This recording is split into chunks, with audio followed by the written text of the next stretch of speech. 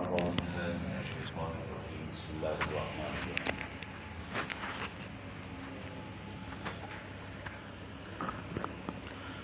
وعن أبي هريرة قال قال رسول الله صلى الله عليه وسلم إن عفريتا من الجن تفلت البارحة ليقطع علي صلاتي فأمكنني الله منه فأخذته فأردت أن أربطه على سارية من سرار المسجد حتى تنظروا إليه كلكم فذكرت دعوة أخي سليمان رب هب لي ملكا لا ينبغي لأحد من بعدي فرددته خاسئا متفق علیہ۔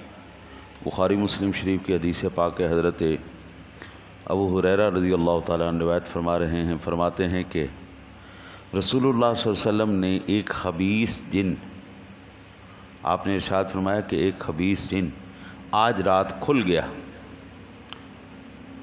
حضرت سلیمان علیہ السلام نے شریر جنات کی ایک جماعت کو قید کر دیا تھا۔ وہ جنات جو انسانیت کو تنگ کرنے والے ہیں، بالخصوص عبادات سے ہٹانے والے اور دل میں وسوسہ ڈالنے والے۔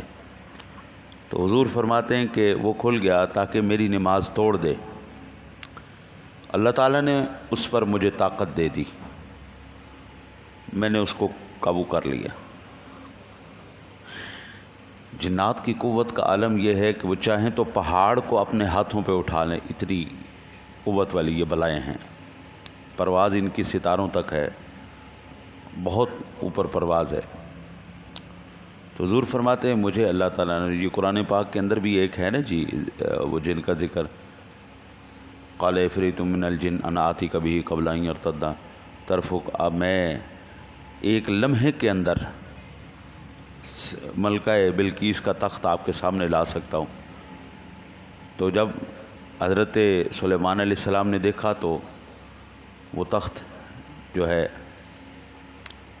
آ چکا تھا، وہ آصف بن برخیہ لے کے آئے، لیکن وہ جن نے کہا میں لا سکتا ہوں۔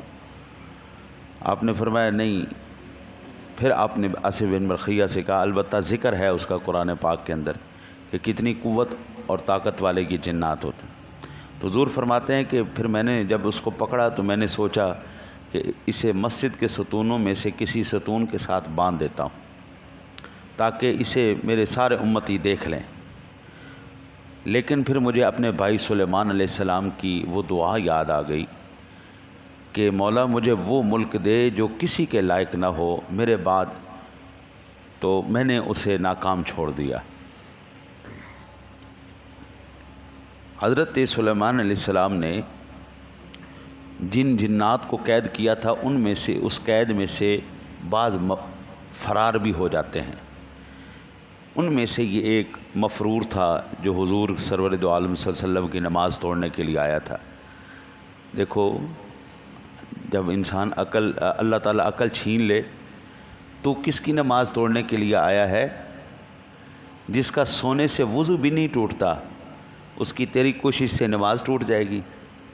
بڑے تعجب کی بات ہے، جو نماز کے اندر رب سے باتیں کرے، ہاں جی، جو محبوب کبریا ہو، جو اللہ کی حفاظت میں ہو، اور اس کی نماز توڑنے کے لیے آیا۔ عقل کی کمی ہے نا جی۔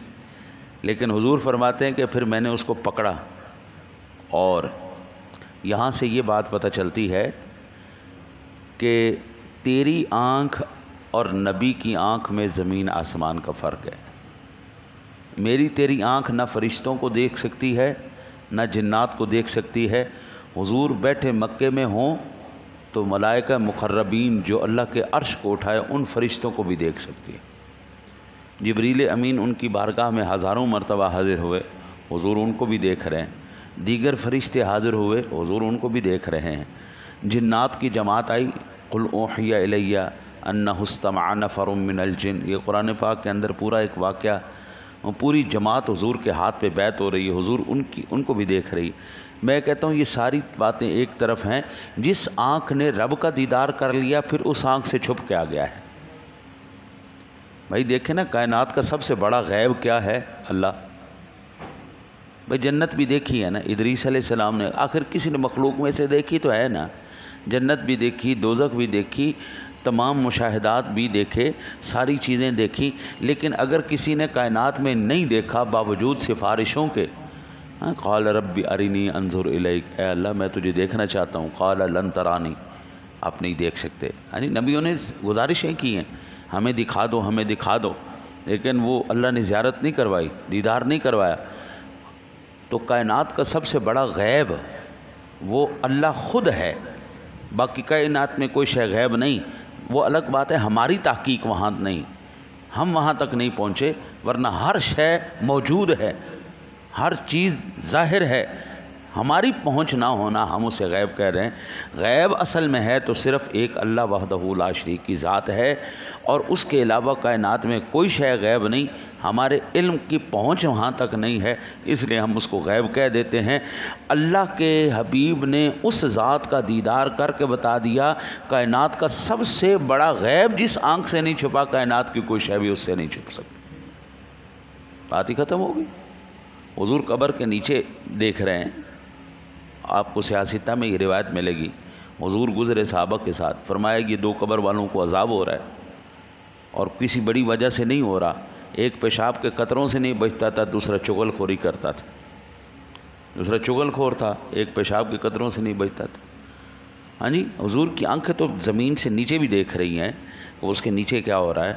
حضور نماز پڑھا رہے ہیں اور ایسے ہاتھ بڑھایا آپ نے، پھر پیچھے کر لیا، پھر بڑھایا، پھر پیچھے کر لیا، پھر بڑھایا، پھر پیچھے کر، نماز کے اندر یہ ہو رہا ہے۔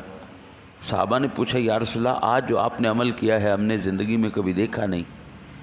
تو فرمایا میں جنت کو دیکھ رہا تھا، جنت کے انگوروں کے گچھوں میں سے ایک گچھا مجھے پسند آ گیا، میں نے کہا کہ چلو میں اپنے امتیوں کو وہ گچھا توڑ کے کھلاتا ہوں، میری امت بھی دنیا میں ہی جنت کے مزے لے۔ پھر میرے دل میں خیال آیا کہ جب میرے امتیوں کو جنت میں مل ہی جانا ہے تو جو نافرمان ہے وہ اس کے مزے کیوں اٹھائیں؟ اللہ کا راز ہے، اللہ کا راز ہی رہنا چاہیے۔ وہ جو ایک قدم بڑھائے، ہاتھ بڑھائے تو جنت کے پھلوں تک اس کے ہاتھ پہنچ جائیں، جو نگاہیں اٹھائے تو جنت جہنم سارے جتنے بھی مشاہدات ہیں وہ سارے دیکھ لے۔ ہاں جی، پھر اس کی آنکھ سے کیا شے چھپی ہونی یار۔ تو یہاں سے معلوم ہوا قرآن پاک نے جو جنات کے بارے میں کہا ہے من حیث لا ترونہم، وہ تمہیں وہاں سے دیکھتے ہیں جہاں سے تم نہیں دیکھ سکتے۔ معراج کی رات اللہ وحدہ لا شریک کے حبیب نے اللہ کا دیدار کر کے بتا دیا کائنات عالم میں کوئی شے بھی ایسی نہیں ہے جو محبوب کریم علیہ الصلوۃ والتسلیم کے علم میں نہیں ہے یا آپ کی پہنچ میں نہیں ہے۔ یہ تو حضور کی شان تھی۔ میں نے آپ کو پچھلے دنوں میں یہ حدیث پاک سنائی تھی، حضرت یہ آیت الکرسی کے ضمن میں، بلکہ رمضان شریف کے اندر تفسیر کی تھی۔ حضرت ابو ہریرہ رضی اللہ تعالیٰ عنہ کو بھی جب حضور نے بتایا کہ اس کو پکڑنا ہے تو حضرت ابو ہریرہ نے بھی شیطان کو پکڑ لیا۔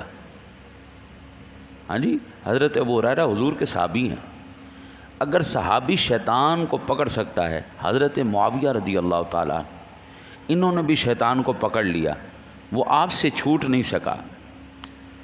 حضرت سیدنا ابو ہریرہ، حضرت سیدنا معاویہ، یہ تو حضور کے غلام ہیں، جن کے غلاموں کا عالم یہ ہے، اس کے آقا کا عالم کیا ہوگا؟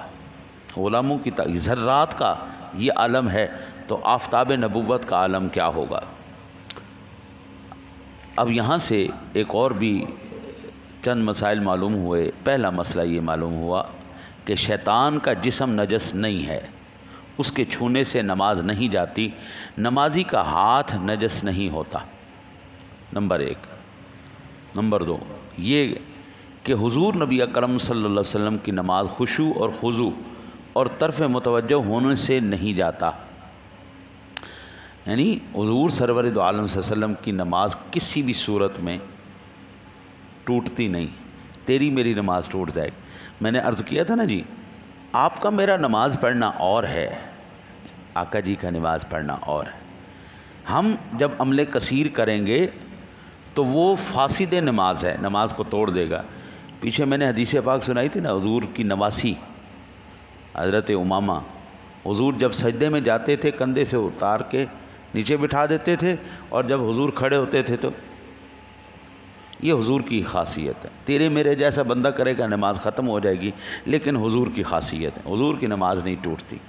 ہاں جی، حضور نبی اکرم صلی اللہ علیہ وسلم اگر نماز فرض نماز ہو اور بندہ پڑھ رہا ہو، ایک رکعت گزر چکی ہو اور اللہ کے حبیب آواز دے دیں تو بندہ اسی وقت فوراً حاضر ہو جائے،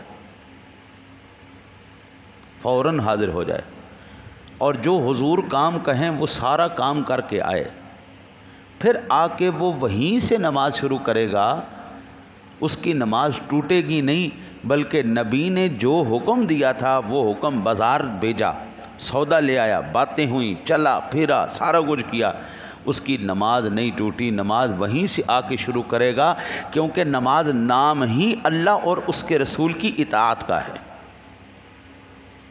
بھائی نماز کیوں ہم پڑھتے ہیں؟ اللہ کا حکم ہے نا جی، نبی کی ادا ہے نا جی، نبی کا حکم ہے نا، تو جب اللہ رسول کا حکم ہو گیا بس ختم ہو گیا۔ آخری بات سماعت فرمائیں،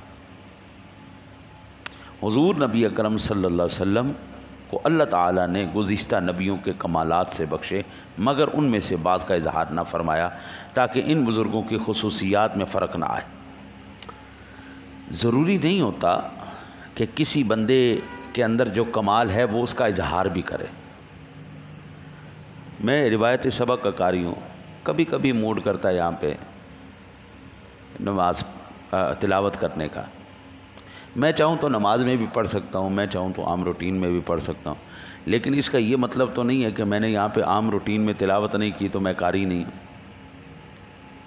ٹھیک ہے نا جی۔ حضور، میں ایک مثال، میری کیا اوقات، میں مثال دے رہا ہوں سمجھانے کے لیے، کسی بندے کا کسی کے کمال، اپنے کمال کا اظہار نہ کرنا یہ اس کے درجات کی کمی کا ثبوت نہیں ہوتا۔ بعض بندہ رسپیکٹ کے طور پہ بندہ وہ کام نہیں کرتا، اگلے کی رسپیکٹ کے طور پہ۔ حضور سرور دو عالم صلی اللہ علیہ وسلم کو سر سے لے کے پیروں تک اللہ نے معجزہ بنایا ہے، ہر شے آپ کی معجزہ ہے۔ بھائی جس کی نیند میں وضو نہ ٹوٹے تو اس کی نیند بھی معجزہ نہیں ہے؟ نیند میں بھی وضو نہ ٹوٹے تو پھر معجزہ ہی ہو گیا نا جی، کمال ہی ہو گیا نا۔ جو پرواز اتنی اوپر کرے بغیر خلائی سوٹوں کے، بغیر کسی سواری اور راکٹ کے، تو یہ اس کا سفر کرنا معجزہ نہیں ہے؟ حضور ایک قدم چلیں تو جنت تک پہنچ جائیں گے، اس کا چلنا معجزہ نہیں ہے؟ جو نگاہیں اٹھائے تو جنت تک پہنچ جائیں تو اس کا، یار جو نگاہیں اٹھائے اللہ قرآن بنا دے، جو گلیوں میں چلے اللہ قرآن بنا دے، اس کے شہر کی قسم کھائے، اس کے زمانے کی قسم کھائے، اس کی عمر کی قسم کھائے، تو پھر ہم یہ کہیں گے کہ جس جگہ بھی حضور کو دیکھیں گے آپ کی ہر مقام پر شان اور عظمت ہی ہمارے سامنے آتی چلی جائے گی۔ اللہ سے دعا ہے اللہ تعالیٰ اپنے حبیب کریم علیہ الصلوۃ والتسلیم کی سچی محبت نصیب فرمائے۔ اللہم